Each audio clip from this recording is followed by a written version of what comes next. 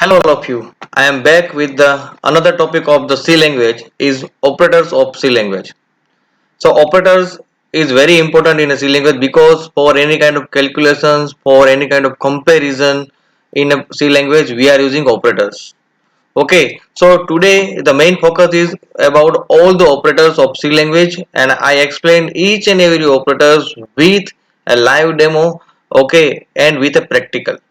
Okay ये पूरे tutorial में पहले मैं आपको सभी ऑपरेटर्स की थियरी बताऊंगा और फिर मैं आपको एक प्रोग्राम ऐसा बताऊंगा जिसमें एरिथमेटिक ऑपरेटर्स का एग्जांपल दूंगा यानी कि एडिशन सब्ट्रैक्शन मल्टीप्लिकेशन सिंपल वाला प्रोग्राम। ओके, तो आपको ये भी आइडिया आ जाएगा कि कैलकुलेशन किस तरह से सी लैंग्वेज के प्रोग्राम में करेंगे। तो बी विथ मी, मैं here I am going to explain all the operators. सभी ऑपरेटर्स के बारे में मैं आपको बताऊंगा। 8 types of operators are there, 8 type के ऑपरेटर हैं, वो सभी की थियरी प्लस मैं आपको एक प्रोग्राम आज नया सिखाने वाला हूं जो एडिशन सब्ट्रैक्शन और मल्टीप्लिकेशन करेगा, कोई भी 2 नंबर का। Okay, so let's start the operators in C language. Okay, so what is operators exactly? Is nothing but a symbol. Okay, a symbol that defines the operations that can be performed on operands. Operands means कि जो a और b होता है तो a plus b, a minus b, तो वो सब क्या है? ऑपरेंड्स है। ठीक है, तो थोड़ा सा यहाँ पे मैं हाईलाइट कर देता हूँ इसको। तो ऑपरेटर क्या है? तो what is operator? An operator is a symbol that identifies the operations that can be performed on operands। यानी कि क्या है? सिंबल है और वो सिंबल की मदद से हम पता कर सकते हैं कि हमको ए और बी के साथ क्या करना है। If I use plus then addition, यानी कि अगर मैं प्लस साइन यूज करूं तो एडिशन है, माइनस साइन यूज करूं तो सब्ट्रैक्शन है। इस तरह से मतलब ऑपरेटर ही डिसाइड करेगा कि हमको ऑपरेंड्स के साथ क्या एक्शन परफॉर्म करनी है और वही हमको सीखना है। And C language provides 8 types of operators. Okay, categorize into 8 types, 8 अलग अलग टाइप के ऑपरेटर्स है और आज मैं आपको हर एक ऑपरेटर्स की डिटेलिंग करूंगा, कौन कौन से ऑपरेटर्स का क्या यूज है। ओके, और किस तरह से उसको यूज करेंगे। और आज मैं आपको प्रैक्टिकल में सी लैंग्वेज का एक प्रोग्राम ऐसा सिखाऊंगा जो आप कैलकुलेशन स्टार्ट कर सकते हैं, जिससे कैसे वेरिएबल की वैल्यू प्रिंट करनी है, ठीक है, कैसे एडिशन करना है, किस तरह से मैसेज के साथ वेरिएबल की वैल्यू प्रिंट करेंगे, वो सब मैं आज आपको सिखाने वाला हूँ। थोड़ा सा ट्यूटोरियल लंबा रहेगा मगर मैं चाहता हूँ कि आपको पूरा का पूरा नॉलेज मिल जाए ऑपरेटर्स के बारे में। So the arithmetic operators, okay, assignment operators, relational operators, increment and decrement operator, conditional operators, logical operators, bitwise, and the last one is the special operators। तो ये 8 के बारे में हम आज सीखेंगे, ठीक है।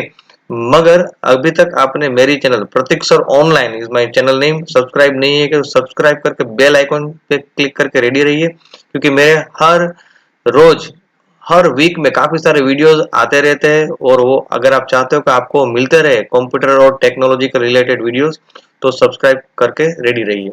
Okay, now going ahead, the very first one is the arithmetic operator, जिसका यूज आप मैथमेटिक्स में भी करते हो। वेरी सिंपल, ठीक है। आपको पता है कि plus sign is use for addition, minus sign is use for subtraction, multiplication, okay, division. But here one new operator is there, एक नया ऑपरेटर आपको मिलेगा, that is percentage sign. The symbol is percentage and that is called reminder. Okay, and this sign is used to get a reminder of the division और इसका नाम है modulo operator. वापस मैं रिपीट करता हूँ, मॉड्यूलो ऑपरेटर इसका नाम है परसेंटेज साइन का। ये एडिशन सब्ट्रैक्शन मल्टीप्लिकेशन डिवीजन और ये जो है वो है modulo operator. What is the job of the modular operator?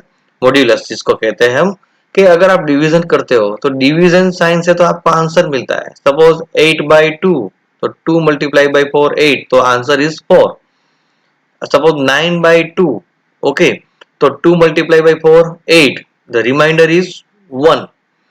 ठीक है, तो ऊपर 4 आया मगर रिमाइंडर 1 आई, तो अगर आपको आंसर में रिमाइंडर चाहिए then we, if you want to get the reminder, आपको रिमाइंडर चाहिए रिजल्ट में, तो मॉड्यूलर ऑपरेटर का यूज होता है। मॉड्यूलर ऑपरेटर यहाँ पे अगर 9 मॉड्यूलस 2 यूज करता हूं मैं तो आंसर आएगा 1, बिकॉज 9 को 2 से डिवाइड करते हैं तो 1 रिमाइंडर आती है। ठीक है, तो रिमाइंडर लेने के लिए मॉड्यूलस ऑपरेटर का यूज होता है और आंसर लेने के लिए तो डिवीजन है ही हमारे पास sign. Okay, understand? So this operator is new जो मैथमेटिक्स में हम यूज नहीं करते, मगर यहाँ पे सी लैंग्वेज में ये ऑपरेटर अवेलेबल है। Now going ahead and the relational operator, first of all we take the assignment operator. Assign, okay, what is the meaning of assign? Assign करना मतलब to give something, to allot, to give, okay, जिसका कहते हैं कि you assign a duty to that person, यानी कि ये आदमी को ये काम दे दो। तो यहाँ पे हमारे पास असाइनमेंट एक ही ऑपरेटर है, एक ही साइन है जो असाइनमेंट ऑपरेटर में आता है, वो है इज इक्वल टू साइन। तो is equal to sign is called an assignment operator, और उसका काम वही है कि कोई एक पर्टिकुलर वैल्यू को वेरिएबल को दे देना। Suppose if you write a is equal to 10, तो what is the meaning of that? तो इज इक्वल टू का काम यहाँ पे क्या है कि जो 10 वैल्यू है, a is equal to 10, so 10 value is assign to which variable? a। ये 10 वैल्यू जो हमने दी 10, वो किसको दिया जा रहा है? a को दिया जा रहा है। The right sided value is assign to left sided variable, ठीक है। a इज इक्वल टू 10, तो यहाँ पे इक्वल टू साइन का काम क्या है? कोई भी पर्टिकुलर वैल्यू को कोई पर्टिकुलर वैल्यू के अंदर दे देना, यानी कि असाइन करने का काम करता है। एक ही ऑपरेटर है असाइन, यानी कि इक्वल टू साइन। तो equal to is known as an assignment operator and it is used to assign a constant value और a result of an expression to a variable. कोई भी रिजल्ट को किसी को दे, कोई भी वैल्यू को वेरिएबल के अंदर स्टोर करने के लिए इक्वल टू का यूज होगा। और एक चीज यहाँ पे याद रखनी है कि कोई एक सिंबल अगर एक बार यूज हो जाता है तो वही सिंबल जो है उसका दूसरी बार दूसरे मीनिंग के लिए यूज नहीं किया जाएगा, otherwise there is a confusion. और कंप्यूटर कंफ्यूजन वाला काम नहीं करता है, उसको छोड़ देता है। So whatever the instruction that we decide, okay, that is clear. कोई कंफ्यूजन वाला यहाँ पे नहीं होना चाहिए। तो याद रखो यहाँ पे इज इक्वल टू का यूज असाइन करने के लिए होगा, इक्वलिटी के लिए नहीं होगा। That we check afterwards. Okay, and C also provides an operator known as shorthand operator. ये थोड़ा सा ध्यान रखो, एडवांस है, थोड़ा एक्स्ट्रा, एकदम इजी मगर थोड़ा हटके है, अलग से है, जो आपको मैथमेटिक्स वगैरह में नहीं होगा। बाकी a इज इक्वल टू 10 का यूज तो आप मैथ्स में भी करते हो, ठीक है। तो C also provides an operator known as shorthand operator and it is obtained by prefixing arithmetic operators to. Okay, the syntax for is shorthand operator क्या है? एक बार शॉर्टकट मैं आपको एग्जांपल दिखाता हूँ। जैसे कि ये प्लस इक्वल टू जो है वो भी एक plus equal to, minus equal to, multiply equal to, division equal to, वो सब शॉर्ट हैंड ऑपरेटर है। तो एरिथमेटिक ऑपरेटर के साथ इक्वल टू का यूज करेंगे तो हो जाता है shorthand operator. What is the meaning of this? अगर मैं ये लिखूं कि a, ठीक है, a is equal to a plus 2, अगर मैं ये लिखूं तो ये थोड़ा लंबा हो जाता है। इसी का शॉर्ट हैंड में करना हो तो same a plus equal to 2, तो दोनों का मीनिंग सेम है, ये भी सेम है, ये भी सेम है। तो why I write a is equal to a plus 2? a is equal to a plus 2 का शॉर्ट फॉर्म अगर मैं लिखूं तो a प्लस इक्वल टू 2, दोनों का मीनिंग एक ही होता है कि एक ही वैल्यू के अंदर प्लस 2 करना। इस that's why is called short hand operator, क्योंकि इससे थोड़ा छोटा बन जाता है, इसलिए उसको नाम दिया गया shorthand operator. And shorthand operator is always with arithmetic operator, और अरिथमेटिक ऑपरेटर के साथ is equal to sign add करोगे तो शॉर्ट हैंड ऑपरेटर होता है, इसीलिए उसको असाइनमेंट ऑपरेटर के साथ ही मैंने आपको बता दिया। Is not in A category, वो कोई अलग कैटेगरी नहीं है, मगर इज इक्वल टू साइन का यूज हमने कोई दूसरे ऑपरेटर के साथ किया। नाउ गोइंग अहेड,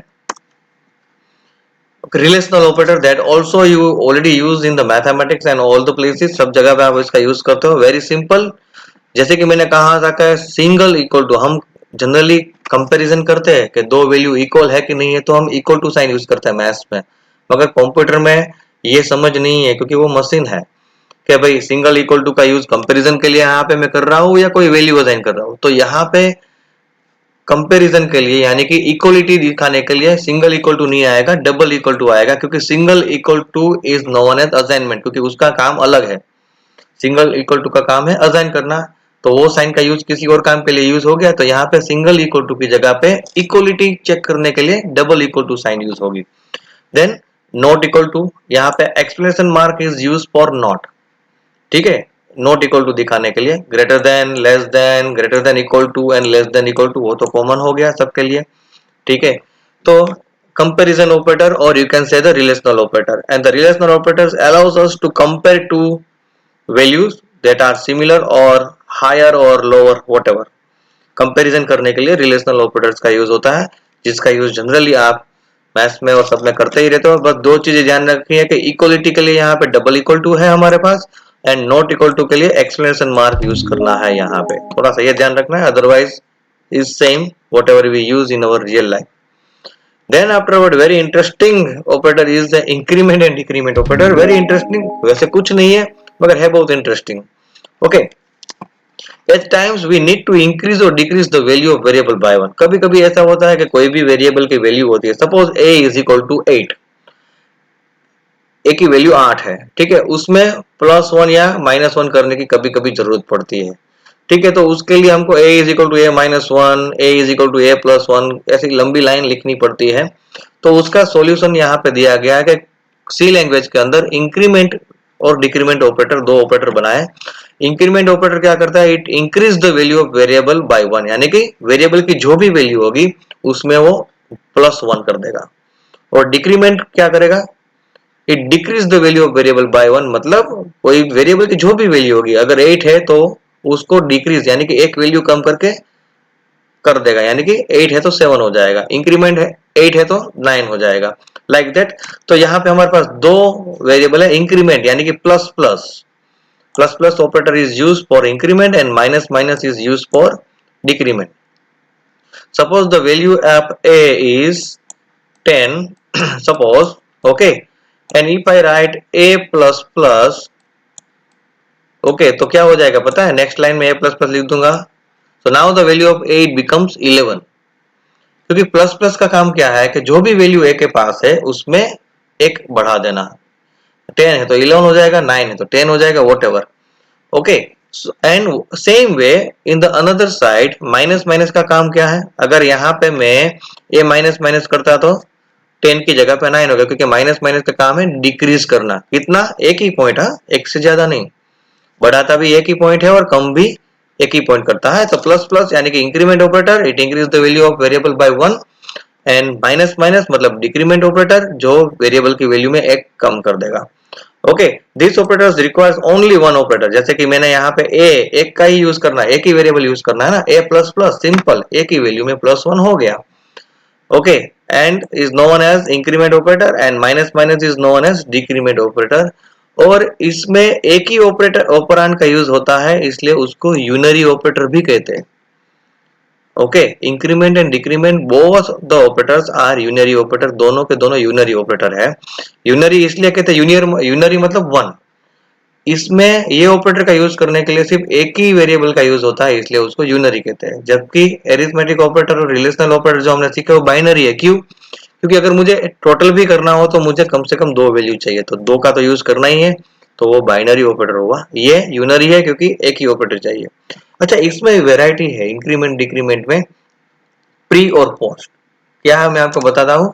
ओके, अगर मैं वेरिएबल के आगे प्लस प्लस करूँ तो उसको प्री इंक्रीमेंट कहते हैं, और पीछे में यूज करूँ वेरिएबल के नाम के तो उसको कहते हैं पोस्ट इंक्रीमेंट। जहां पे यहाँ पे मैंने यूज किया है पोस्ट इंक्रीमेंट। और अगर मैं ऐसा लिखता प्लस प्लस ए तो वो हो जाता है प्री इंक्रीमेंट, यानी कि प्री मतलब पहले और पोस्ट मतलब बाद में। सेम वे डिक्रीमेंट में यूज होता है, अगर माइनस माइनस वेरिएबल के आगे है तो प्री डिक्रीमेंट कहते हैं, और वेरिएबल के पीछे है तो पोस्ट डिक्रीमेंट कहा जाएगा। ओके, थोड़ा सा डिटेलिंग हम इसको करते हैं क्योंकि थोड़ा सा वेराइटी वाला है ये टॉपिक है। Plus plus and are use as either prefix और सफिक्स। प्रीफिक्स मतलब आगे और सफिक्स मतलब पीछे। When it is prefix we call it pre increment, जैसे कि मैंने आपको कहा, और अगर सफिक्स्ड है यानी कि पीछे की तरफ है तो उसको कहते हैं पोस्ट इंक्रीमेंट और पोस्ट डिक्रीमेंट। अच्छा, दोनों में डिफरेंस क्या है वो जानना आपको बहुत जरूरी है, थोड़ा सा मैं आपको बता देता हूँ। डिटेलिंग नहीं करूंगा मगर आपको पता होना चाहिए कि क्या है। अगर प्री मतलब पहले आपको पता है और पोस्ट मतलब बाद में, तो जो मीनिंग है उसके हिसाब से ही ये काम करेगा। किस तरह से काम करेगा मैं आपको बताता हूँ। ये थोड़ा सा वापस में लेके आता हूँ। जैसे कि मान लो कि यहाँ पे पोस्ट है, अगर कैलकुलेशन में मैंने प्री यूज किया है तो पहले एक ही वैल्यू में +1 हो जाएगा, और जो नई अपडेटेड वैल्यू आएगी उसका यूज कैलकुलेशन में होगा। यानी कि पहले इंक्रीमेंट होगा और फिर बाद में इंक्रीमेंट की हुई नई वैल्यू का यूज कैलकुलेशन में आगे यूज होगा।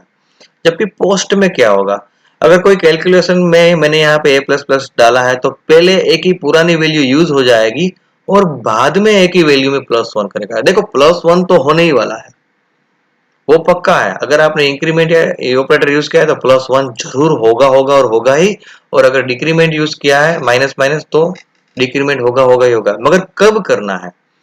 कैलकुलेशन करते वक्त ऑन द स्पॉट, पहले इंक्रीमेंट करके नई वैल्यू का यूज कैलकुलेशन में करना है, या पहले पुरानी वैल्यू यूज करो और फिर उसमें इंक्रीमेंट करो? मगर होना तो होना ही है। तो प्री मतलब पहले इंक्रीमेंट होगा, एक ही वैल्यू पहले बदल जाएगी, एक बढ़ जाएगी, फिर उसका नई वैल्यू का यूज होगा हमारे काम में। जबकि पोस्ट में क्या होगा कि जिस लाइन में वो पोस्ट इंक्रीमेंट यूज किया गया है वो लाइन में एक ही पुरानी वैल्यू यूज होगी, वो लाइन छोड़ने के बाद एक ही नई वैल्यू यूज हो जाएगी। ओके, पोस्ट क्योंकि इंक्रीमेंट होने वाला है वो पक्का है, मगर बाद में, इसलिए यहाँ पे दो वेराइटी है, प्री एंड पोस्ट। ठीक है, यही यहाँ पे नोट स्पेशली मैंने मेंशन की हुई है। ठीक है, तो post increment operator when used in an expression use the old value of a variable to evaluate the expression. Calculation के टाइम पे पुरानी वैल्यू यूज की जाएगी, उसके बाद एक ही वैल्यू को चेंज किया जाएगा। ठीक है, now going ahead and with conditional operator, ये बहुत इंटरेस्टिंग है और ये टर्नरी ऑपरेटर। ठीक है, इंक्रीमेंट डिक्रीमेंट जो है वो यूनरी था क्योंकि एक ही ऑपरेंड चाहिए था, एक ही वेरिएबल यूज करना है। एरिथमेटिक और रिलेशनल ऑपरेटर जो है वो बाइनरी था क्योंकि दो ऑपरेटर थे। यहाँ पे ये टर्नरी है। टर्नरी मतलब हमको अगर ये ऑपरेटर यूज करना है तो हमको 3 वैल्यू मेंशन करनी पड़ेगी, तब जाके मैं इसका यूज कर पाऊंगा। तो सी लैंग्वेज में एक ही टर्नरी ऑपरेटर है, वो है conditional operator. Okay, C provide us an operator known as ternary operator at a conditional operator for conditional checking. और उसके लिए दो सिंबल यूज होते हैं साथ में, एक है क्वेश्चन मार्क और दूसरा जो है वो कॉलन। ये दो सिंबल साथ में यूज होते हैं। ठीक है, इसलिए और किस तरह से उसका यूज करना है वो मैं आपको दिखाता हूँ। First you right the condition in a bracket, okay, round bracket, then you write the question mark, then you write the true statement colon and false statement। यानी कि आप देखो कि कितनी वैल्यू मुझे देनी पड़ेगी, 3। one is condition, another one is true part and the third one is the false part। ये तीन अगर वैल्यू में प्रोवाइड करूंगा तब जाके मैं ये दोनों सिंबल का यूज कर पाऊंगा। एक बहुत सिंपल है ये conditional operator. To check if this condition is true then you get whatever you write after the question mark, and if this condition is false then we get whatever you write after the colon sign।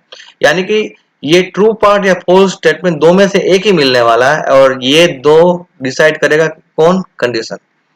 अगर आपने जो condition दी हुई है वो अगर satisfied हो रही है यानी कि कंडीशन फुलफिल हो रही है, कंडीशन सही है, तो आपका ट्रू पार्ट में यहाँ पे जो लिखा होगा वो काम आपको मिलेगा।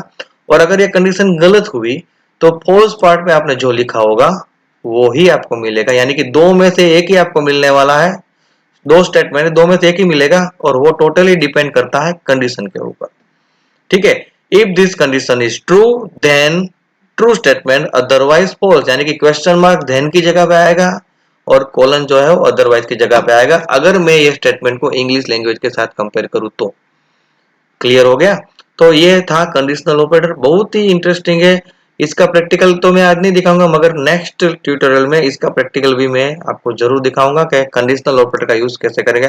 ओके, कोशिश करूंगा कि आज भी शायद हो जाए। Okay, one more thing, self test देना मत भूलना। मेरे हर ट्यूटोरियल में मेरी आदत है कि पर्टिकुलर ट्यूटोरियल में आपने कितना सीखा वो जानने के लिए मैं एक टेस्ट, छोटी सी टेस्ट रखता हूँ 5-6 क्वेश्चन की, जिसकी लिंक मेरे डिस्क्रिप्शन पार्ट में मिल जाएगी आपको यूट्यूब में। वो क्लिक करके वो क्वेश्चन अटेम्प्ट करके देख लो कि आपने ये ट्यूटोरियल में कितना सीखा। अगर कहीं पर भी डाउट आए तो वापस ये ट्यूटोरियल देख सकते हो क्योंकि ये तो यूट्यूब में परमानेंट रहने ही वाला है। सब्सक्राइब नहीं किया तो सब्सक्राइब तो करना ही करना है। Okay, going ahead and we check the logical operator. सब कुछ नया और इंटरेस्टिंग है और जब हम प्रैक्टिकली इसका दिखेंगे तो बहुत एंजॉय करेंगे इसमें, क्योंकि बहुत इंटरेस्टिंग पॉइंट है, सबके सब ऑपरेटर्स बहुत इंटरेस्टिंग है। Okay, at times we may need to evaluate the multiple conditions together. ये इसकी जरूरत कब पड़ेगी, जहां पे हमको एक साथ एक से ज्यादा कंडीशन यूज करनी है। Okay, and here we need to we require to connect more than one condition, यानी कि हमको एक से ज्यादा कंडीशन को चेक करने के लिए एक से ज्यादा कंडीशन को ज्वाइन करना पड़ेगा। ओके, तो ज्वाइन करने के लिए अगर हम इंग्लिश सेंटेंस के साथ कंपेयर करें तो इंग्लिश लैंग्वेज में क्या होता है, अगर ज्वाइन करना हो तो मैं या तो एंड वर्ड यूज करूंगा या तो और वर्ड यूज करूंगा। ठीक है, मैं दो वर्ड को कंबाइन करना हो तो मुझे बीच में एंड डालना पड़ेगा या तो और डालना पड़ेगा। दोनों में डिफरेंस क्या है? अगर मैं दो वर्ड को एंड से कनेक्ट करता हूं तो दोनों कंपलसरी बन जाते हैं, और अगर दो वर्ड के बीच में और यूज करता हूं तो ऑप्शनल मिल जाता है, या तो एक, या तो ये या तो दूसरा, दोनों में से कोई भी चलेगा। ऑप्शन देना हो तो और आता है और कंपलसरी दिखाना हो तो एंड। तो यहाँ पर भी हमको एक से ज्यादा कंडीशन को जोड़ने के लिए, कनेक्ट करने के लिए हमारे पास ऑपरेटर है एंड और। ओके, मगर यहाँ पे ये ऑपरेटर है मतलब सिंबल होगा, क्योंकि ऑपरेटर मतलब सिंबल। तो सिंबल यूज करेंगे एंड के लिए, यानी कि दो कंडीशन को अगर मुझे एंड से कनेक्ट करना हो तो double ampersand sign use करनी है, और अगर और से कनेक्ट करना हो तो डबल पाइप साइन यूज करना है। But one more logical operator is there, that is not, logical not. Explanation mark, जैसे कि नॉट इक्वल टू में मैंने आपको कहा था कि आगे एक्सप्लेनेशन मार्क यूज करना है, तो here explanation mark is an indication of the not. Okay, तो अगर दो कंडीशन को आपको एक साथ चेक करना है और कनेक्ट करना है तो हमारे पास दो रास्ते हैं, या तो कंपलसरी यानी कि एंड से कनेक्ट करो, या तो पाइप साइन यानी कि और से कनेक्ट। इसको पाइप साइन कहते हैं। ठीक है, ये कोई है बैकस्लैश वगैरह नहीं है, ये पाइप साइन होती है जो एंटर की के ऊपर होती है, बैकस्लैश के साथ यानी कि शिफ्ट की के साथ आपको प्रेस करना होता है। ये डबल पाइप साइन यानी कि वो की को आपको दो बार प्रेस करना पड़ेगा। क्लियर हो गया? सो मल्टीपल कंडीशन को एक साथ कनेक्ट करने के लिए हम लॉजिकल ऑपरेटर का यूज करेंगे, प्लस नोट को रिप्रेजेंट करने के लिए भी यहाँ पे लॉजिकल ऑपरेटर का यूज करेंगे। ठीक है, while at time we may get an output even if one out of given set of condition is satisfied, such relation is generally known as logical relation। Okay, जो मैंने explain किया वही सब लिखा हुआ है। ये लिखा हुआ है इसलिए मैं आपको देता हूँ कि थोड़ा सा आपको पढ़ना है या नोट डाउन करना है नोटबुक में। सो नोट डाउन करके रखो, क्योंकि main point is always is a good habit to note down the highlighted points, जिससे आपको टॉपिक समझने में फ्यूचर में इजी रहेगा। वरना बार बार आपको मेरा वीडियो देखना पड़ेगा, हर बार पॉसिबिलिटी नहीं होती है, तो आप नोट डाउन करके भी रख सकते हैं। Okay, logical and is used when all the given conditions must be satisfied, मैंने कहा था ना कंपलसरी हो जाता है। एंड लॉजिकल और is used when any of the given condition must be satisfied, कोई एक भी सेटिस्फाइड होगी तो भी चलेगा। भाई दो ऑप्शन दिए, दो में से एक भी होगा, okay you are right, like that, go ahead. So moving ahead, दो ही ऑपरेटर बचे हैं अभी हमारे पास, एक है bitwise operator and the special operator. Now first we take bitwise operator. ये भी बहुत इंटरेस्टिंग है, but let we see the practical is generally ज्यादातर इसका यूज नहीं होता है। ओके, तो data is stored in the form of bits that we know very well. Computer में डेटा स्टोर होता है बिट में। Smallest unit of the measurement of the data in a computer is bit. Computer में data को major करने के लिए सबसे छोटा यूनिट है वो बिट्स है। ओके, तो C allows us to operate directly at a bit level using the bitwise operator। हम डायरेक्टली बीट लेवल पे वर्क कर सकते हैं। थोड़ा सा हाई लेवल का ये ऑपरेटर है, क्योंकि हम यहाँ पे डायरेक्ट मेमोरी लोकेशन के साथ काम कर रहे हैं। ओके, तो थोड़ा बीट लेवल वर्क है। सो bitwise operator allows us to operate directly at a bit level। कौन कौन से ऑपरेटर इसके अंदर आते हैं? तो सिंगल एंड पर्सन है ना, याद रखना। डबल एंड पर्सन तो हमारा एंड ऑपरेटर है, single and person bitwise and है। सिंगल पाइप साइन bitwise और, tilde sign bitwise not, power sign bitwise exclusive or, left shift and right shift। okay, these are the bitwise operators। ज्यादा इसका practical नहीं use होता है उसमें, but हमको पता होना चाहिए कि bitwise ऑपरेटर कौन कौन सा है और वो बीट लेवल पे वर्क करता है।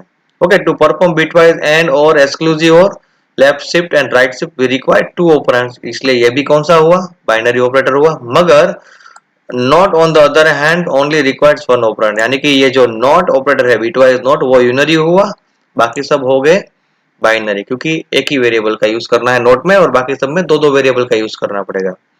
ओके, सो बीट लेवल वर्क करने के लिए बिटवाइज ऑपरेटर, उसमें single and person, single pipe, tilt, power, left shift and right shift जो उसके ऑपरेटर्स है।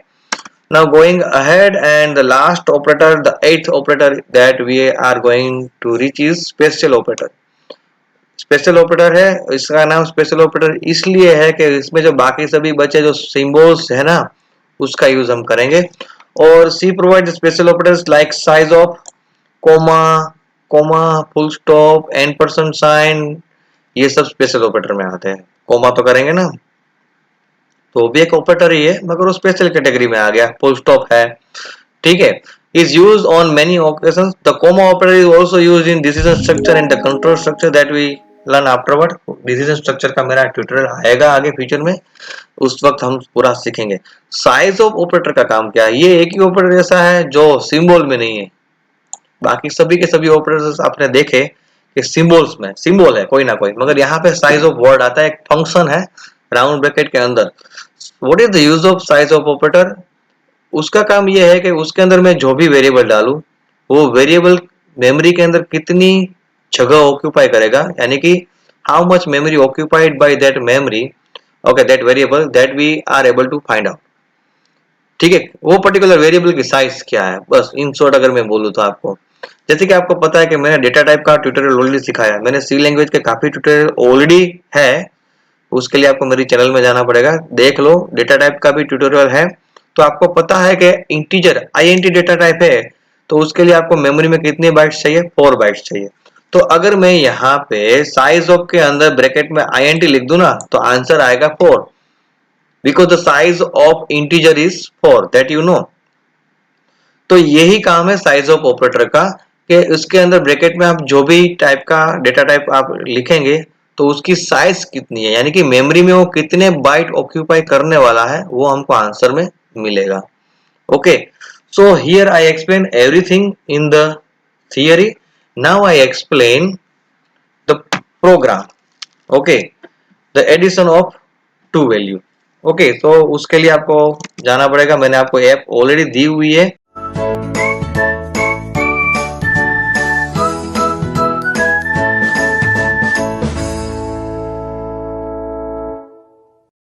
उसके लिए सी कोडिंग यहाँ पे हमारे पास ऐप है, ठीक है, जो आपको मैंने ऑलरेडी एक्सप्लेन किया हुआ है। तो लेट वी सी, ये जो प्रोग्राम ऐसा है जो मैंने आपको लास्ट में एक्सप्लेन किया था, उसको मैं यहाँ पे निकाल देता हूँ और यहाँ सा पूरा चेंज कर देता हूँ, क्योंकि पूरा अलग ही होने वाला है यहाँ पे। तो चेंज हो गया। अभी सबसे पहले तो मैं 2 वेरिएबल बनाऊंगा। जो कैसे वेरिएबल बनाते हैं, पहले आप लिखो data type A, B, okay, एक और वेरिएबल डालता हूँ C, यानी कि मैंने यहाँ पे कितने वेरिएबल लिए? 3 वेरिएबल भी है। और एज पर द रूल यहाँ पे INT होगा, INTER नहीं होगा, INT, okay, enter. As per the rule of C language, तो सी लैंग्वेज का हर एक स्टेटमेंट का एंड सेमीकोलन से होता है। यहाँ पे आप देख सकते हो कि सेमीकोलन का यूज हमने किया है, ठीक है। नाउ वी गोइंग अहेड, ठीक है, एक ही वैल्यू में डिसाइड कर रहा हूं यहाँ पे, a इज इक्वल टू, पहले से सिंपल सा प्रोग्राम दिखा रहा हूं, मेरे आगे के ट्यूटोरियल में मैं आपको थोड़ा सा एडवांस में भी ले जाऊंगा। a is equal to 10 assignment operator, जैसे कि मैंने आपको कहा था, semicolon, and b is equal to, suppose आप you can take any value, b is equal to suppose 12। ये 2 वैल्यू मैंने यहाँ पे रखी हुई है।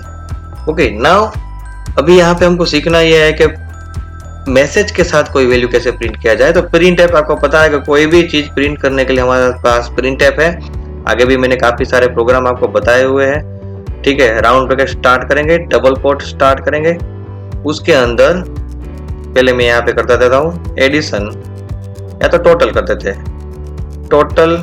ओके, एक और चीज मैं आपको बताना भूल गया, कोई भी वेरिएबल की वैल्यू प्रिंट करनी हो तो उसके परसेंटेज मॉडिफायर से वो वैल्यू रिफर कर सकते हैं हम, यानी कि इंटीजर वैल्यू को रिफर करना हो तो परसेंटेज डी मॉडिफायर यूज करना है।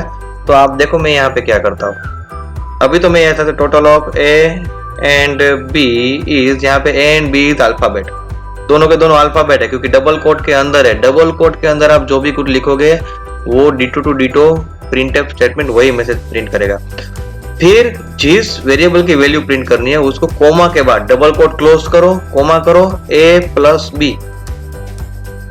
इस तरह से आपको लिखना पड़ेगा। Variable is always written outside the double quote, semicolon, semicolon हो गया, यानी कि ये स्टेटमेंट खत्म हो गया। अभी उसी तरह से प्रिंट ऐप, ठीक है, ब्रैकेट के अंदर डबल कोट, सब्ट्रैक्शन कर देते हैं हम, चलो subtraction of a and b is, क्या होता है आप देख लेना, पहले इसका रिजल्ट देख लेता है। देखो डबल कोट बंद होने के बाद ही आपको कोमा और a माइनस बी लिखना है, क्योंकि a की वैल्यू माइनस b की वैल्यू। सिंपल है, जैसे मैथ्स में करते हैं इसी तरह से, मगर क्या चेंज है मैं आपको बताता हूँ अभी। सेमीकोलन कर दिया। चलो पहले इसका रिजल्ट देख लेते हैं। रिजल्ट कैसे देखते हैं हम, रन पे जाएंगे। देखो total of a and b is subtraction of a and b is, कुछ आया नहीं। मैंने कहा ना कि आप वेरिएबल की वैल्यू को इस तरह से नहीं ले पाएंगे, तो उसके लिए अगर int है, इंटीजर लिया है, तो परसेंटेज d यूज करना है आपको। 1% d is for one value. जहां पे आपको आंसर चाहिए वहां पे परसेंटेज d लिखना पड़ेगा आपको, ठीक है। परसेंटेज d, परसेंटेज साइन मुझे यहाँ पर भी ऊपर नहीं दिखाई दे रही है, सिंबल में से ही हम ले लेते हैं परसेंटेज d। देखो इसके बाद मैंने परसेंटेज d लिखा तो वहां पे आंसर आएगा, देखो आ गया। Total of a and b is 22 because 10 and 12 22 आया। And why subtraction of a and b is in the same line? वो एक लाइन में क्यों है, क्योंकि मैंने बैकस्लैश n यूज नहीं किया है। मैंने लास्ट प्रोग्राम आपको वही सिखाया, नहीं चेक किया तो ट्यूटोरियल में चेक कर लो। बैकस्लैश n में यूज कर लूंगा तो क्या होगा, पहले कर्सर नई लाइन में जाएगा और फिर वो मैसेज प्रिंट करेगा। यहाँ पर भी इसके बाद क्या यूज करना पड़ेगा मुझे, percentage d। Percentage d is a representative of integer value. एक बात ध्यान रखना, कोई भी वैल्यू को, इंटीजर वैल्यू को यूज करना हो तो परसेंटेज d यूज करना है। देखो अभी रन कर देते हैं। देखो मैसेज नई लाइन में भी आया और आंसर भी आ गया, क्योंकि 10 माइनस 12 किया हमने तो -2 आया।